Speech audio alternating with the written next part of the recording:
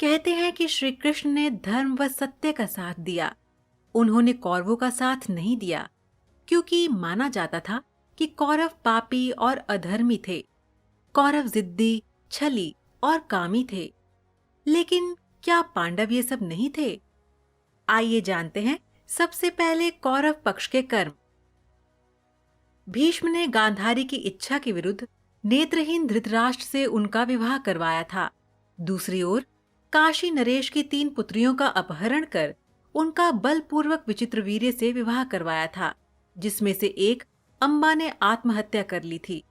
अंबा ने विचित्रवीर्य को अपने पति के रूप में स्वीकार नहीं किया था, क्योंकि वो किसी और राजा से प्रेम करती थी।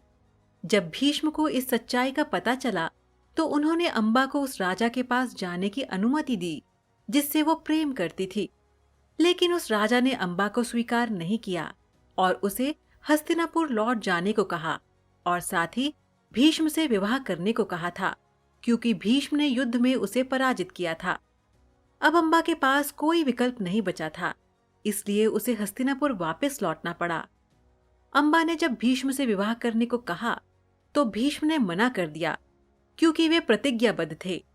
अंबा इस घोर अपमान को सह न पाई और कुछ समय पश्चात अंबा ने देह त्याग दिया था।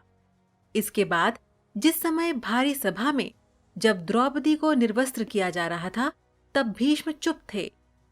कहते हैं कि दुर्योधन ने भी भानुमति से बलपूर्वक विवाह किया था। दूसरा, उसने छल से भीम को कालकुट विष पिला दिया था। पांडवों को बिना किसी अपराध के उसने ही तो जलाकर मारने की योजना को मंजूरी दी थी। महाभारत में दुर्योधन के अनाचार और अत्याचार के किस्से भरे पड़े हैं।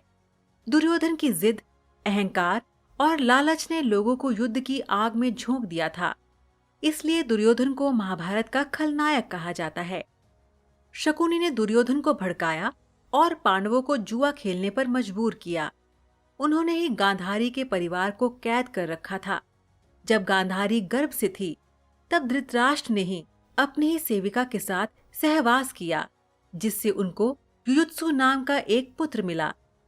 व्योवृद्ध और ज्ञानी होने के बावजूद धृतराष्ट्र के मुंह से कभी न्याय संगत बात नहीं निकली।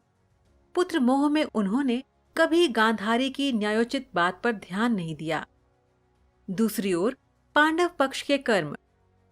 द्यूत क्रीड़ा करना एक व्यसन और पाप कर्म था, लेकिन ये जानते हुए भी युधिष्ठिर ने इसे खेला।